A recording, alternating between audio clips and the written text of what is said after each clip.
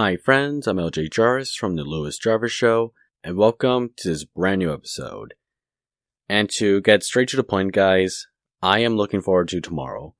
The Sisters of Battle are finally going to be released, and as you guys would know, I've been looking forward to them throughout all of 2019. I would not shut up about them through both real life and on the online world.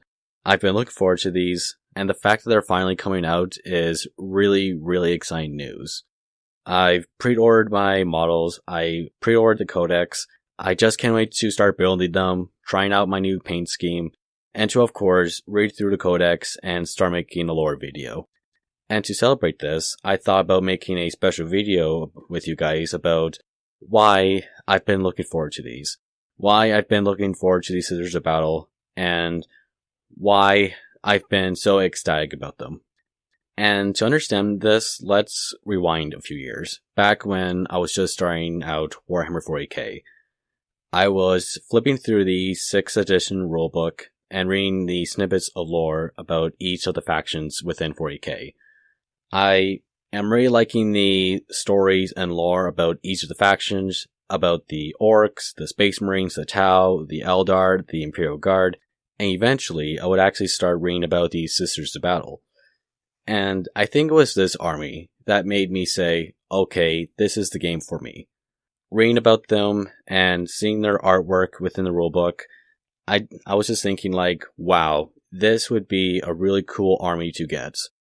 Because, I like the idea of these Sisters of Battle, that these are nuns who wear power armor and who go out into warfare. Like, there was something about that got my interest. And in a way, they're the Templars within the 40k setting, not counting the Black Templars, of course. I liked their art, I liked how they looked in the armor, and I liked the little snippets of lore that I read about them. And I was like, yeah, I think this would be the army I would try out. But of course, at the time, they were fine casts and mostly metal. And I was like, okay, it's $70 to $80 to get a box of Sisters, whereas a box of Space Marines, well, at that time were like $50. So of course my first army would be the Space Marines. But I never forgotten about the Sisters. Like, I thought, okay, I just have to wait for a bit until they get their update. It was like, this would be an army I would love to get, but it's kind of expensive to start, So when 8th edition rolled around, and we got models like Saint Celestine, and armies like a Death Guard and Thousand Sons, Gene Stealer Cult, and all the other factions were getting new units and models. I was like, oh, okay, this is cool. And that day, that Games Workshop announced that, yes, we're finally going to give you guys brand new Sisters of Battle. I was like, I really liked 8th edition, but with this, I love 8th edition. At long last, an army that I would have started and would have collected are finally going to get their much needed update. Eventually, when Games Workshop revealed the models, I was like, man, these are gorgeous. There's no way I can just put these models aside. I have to get at least a squad of Sisters when they come out. And this might be overthinking it, but I think in a way, with Games Workshop updating the Sisters, I think it shows to us, the fan base, the brand new Games Workshop. The Games Workshop that's willing to listen to its fans and are willing to do updates to the hobby to make it more interesting. So it's like, okay, what else can we do to make 40k even more interesting? It's like, okay, let's update very ancient models. Let's make new units. Let's advance the storyline. Let's make some progress within the 40k setting.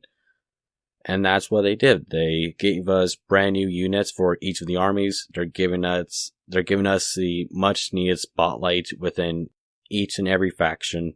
And of course, they have finally given us the Sisters of Battle.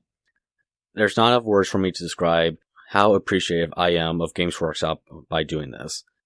I can probably make videos upon videos thanking Games Workshop over and over again for giving us updates to an army that really needed an update and some spotlight for a very long time.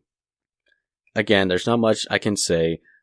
All I can say is thank you to anyone who works at Games Workshop if you're listening to this.